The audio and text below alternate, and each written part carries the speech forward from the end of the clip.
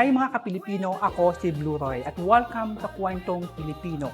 Ang bawat kwento ay may pinagmumulan at ang bawat tao ay may pinaguhugutan at ang Pilipino ay natatangi sa buong mundo.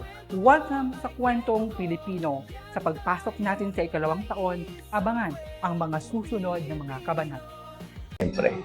Oo. Okay. Sa mga pagtatanghal mo na to, bawat material na ginagawa mo, saan mas lamang ang nagagawa mo?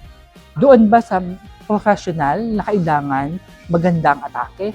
O nagmumula sa personal mong karanasan at personal mong nararamdaman? Actually, ano siya halo-halo siya. Kasi yung mga topics or yung mga topics na meron ako or yung mga jokes ko is unang-una sa personal na buhay, tapos yung iba tungkol sa trabaho, yung iba sa, for example, dating, ganyan. Kaya doon siya umiikot. Okay. Hindi naman lahat ng mga material natatanggap ng manonood, 'di ba? Paano mo tinatanggap na kalooban mo na minsan hindi nagugustuhan ng manonood ang material mo? In terms of sa material, tingin ko yung sa material ko naman is accepted Okay. ng karamihan dahil hindi naman ako nag-joke about religion or mga topics na alam kong kumbaga tabu sa Pilipinas. Okay. Mga Kapilipino, susubukan natin humingi ng sample, yes, ng material on the spot dito On sa the Kapilipino. spot? Okay. Yes, dito sa Kapilipino, ilang linya lang ng mga joke na kung saan mas katulad ko po na nagustuhan ko na rin ang panunood ng ganito kasi sabi ko, Ayan, sige. Isa akong dog lover. And napansin nyo ba, tayong mga tao, tuwan-tuwa tayo sa mga aso. Dahil loyal sila sa mga tao.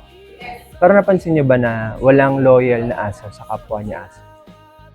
Bigyan ko kayo ng example. Lahat ng kakilala kong asong babae, single mom. Wala pa akong kilalang aso na buo yung pamilya niya. Kaya minsan napapaisip ako kung totoo ba yung sinasabi ng iba na all dogs go to heaven. Kasi 'di ba, sa dami ng iniwan mong pamilya, heaven pa rin ang reward sa'yo. Ang weird lang ng ganon. Tingin ko kung tao yung gumawa nung ginagawa ng mga aso. Tingin ko, hindi heaven ang pupuntahan mo eh. Diba? Tingin ko ang una mong pupuntahan, Tulfo. Pangalawa na yung impyerno. Ayan. Yun lamang po. Maraming salamat. salamat.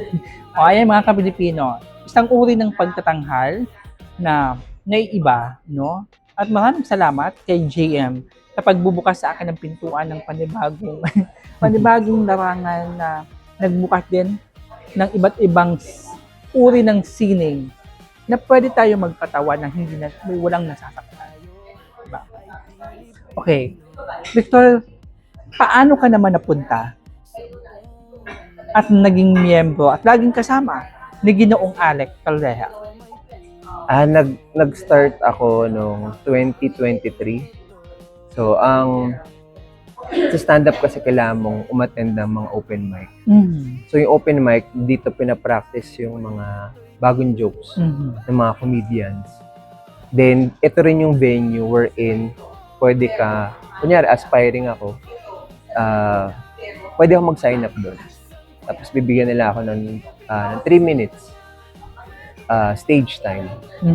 Then, from there, balik-balik lang ako. Bumabalik-balik lang ako. So, nag-start ako January 2023. Tapos,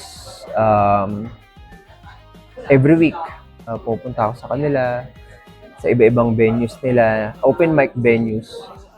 Then, ayun, hanggang sa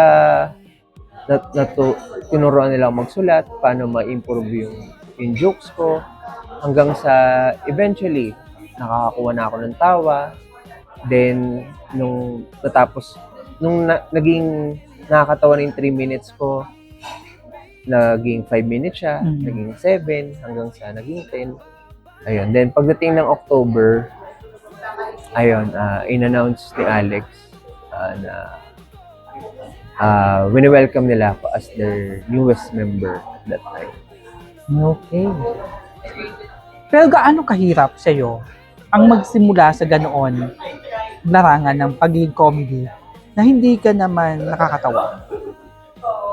Ano siya eh, mahirap, Mhm. lalo na meron akong, kung papansin mo, mahihain yung tsura ko, mahihain talaga ako. Mm.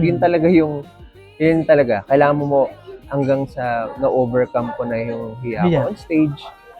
Pero mapapansin mo pa rin kung paano ako mag-deliver ng jokes. Ganun pa din, malumanay, Mm. hindi ako sumisigaw or walang additional movement sa katawan. Yung ganyang, iba itinatawag na estilo mo din. Tingin ko, Ah. pasok din siya as style Mhm. since hindi naman yung personality ko. So, Pero may malaking bahagi ba yung nagmula ka sa seryosong kwento ng buhay upang hindi masyadong maipakita sabay sa pananalita yung pagpapatawa sa mga nanunood? tingin ko parehas lang din naman eh. Kasi kung paano ako makapag-usap sa iyo, ganun din ako kung paano mag-deliver ng jokes eh. May konting variations Mhm. lang. Pero basically, yun lang din siya eh.